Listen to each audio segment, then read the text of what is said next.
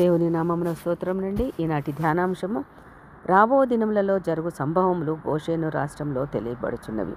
నిన్నటి దినమున కొన్ని విషయంలో దేవుడు నేర్పించినందుకు వేలాది స్తోత్రములండి. మరికొన్ని విషయంలో ఈ దినమున రాబో దినములలో జరుగు సంఘటనలను గురించి దేవుడు నేర్పిస్తున్నందుకు వేలాది స్తోత్రములండి.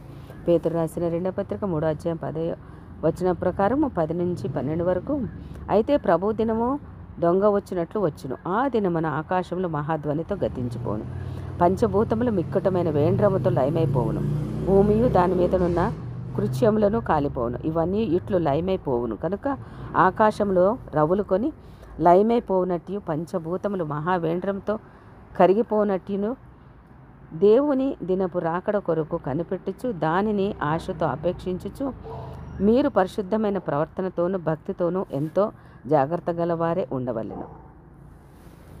అయినను మనం ఆయన వాగ్దానమును బట్టి క్రొత్త ఆకాశముల కొరకును క్రొత్త భూమి కొరకును కనిపెట్టుచున్నాము. వాటి యందు దేవుని నీతి నివసించును.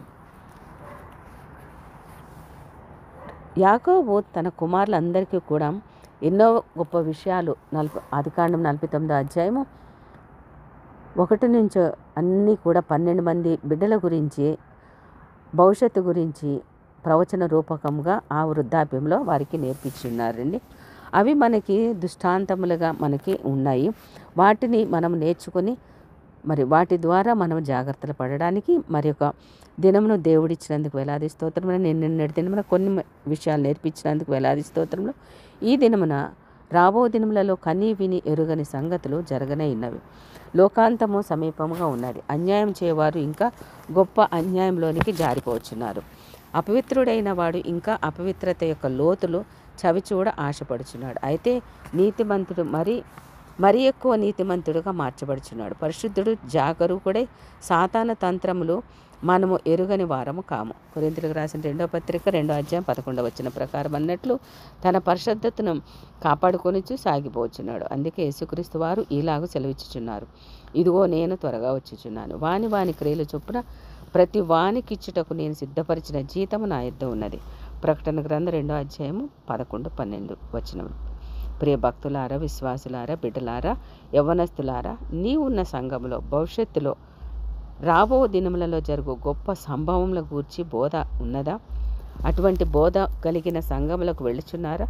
ఆ బోధ ద్వారా మీరు సిద్ధపడుచున్నారా? ఆ బోధ ద్వారా దేవుని యొక్క రాకడకి సిద్ధపడుతున్నారా? ఈ బోధ ద్వారా ఆయన మహిమ ప్రత్యక్షత కొరకు ఆశతో ఆపేక్షించినట్లు ప్రేరేపింపబడుచున్నారా?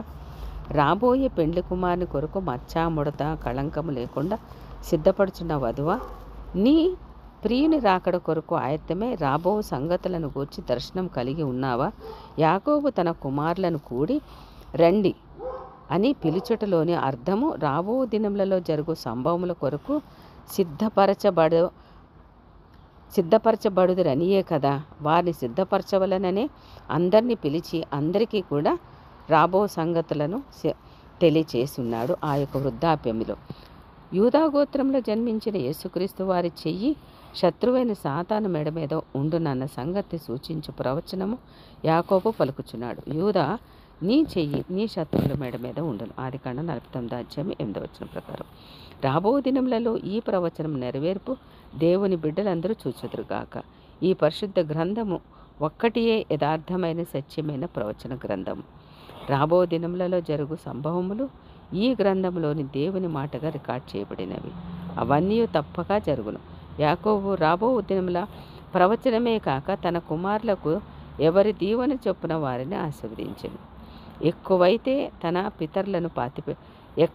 తన పితరులను పాతిపెట్టుదురో ఆ స్థలపు చిరునామా ఇచ్చి అక్కడే తనను ఉంచమని ఆజ్ఞాపించి మంచము మీద తన కాళ్ళు ముడుచుకొని ప్రాణము విడిచి తన స్వజనుల యొద్దకు చేర్చబడెను. ఆదికాండం 49వ అధ్యాయం 33.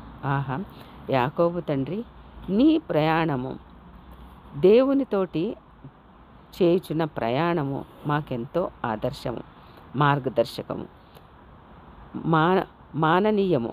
ఇట్టి గోషేనులో ఆ యాకోబు దేవుని నామము నిన్ను నన్ను మనలందరినీ కూడా ఉద్ధరించి రాబో సంగతులు ఉగ్రత దినములు కాబట్టి ఆ ఉగ్రత దినములు తట్టుకోవడానికి ఆ యొక్క ఉగ్రత దినములలో పడిపోకుండా ఉండడానికి జాగరూకుడవై మనమందరం కూడా దేవుని వాక్యములతోటి బలపరిచి దేవుని వాక్యముతోటి మనం సిద్ధపడి ఆయన రాకడకు ఎదురుచూసి వారముగా ఆయన నీతిని మనము సంపాదించుకునేలాగున ఈ భూలోకంలోనే మనం కనిపెట్టుకొని దేవుని రాకడకు ఎదురుచూసి నీతిని పొందడానికి సిద్ధపడదుము గాక. ఆమేన్.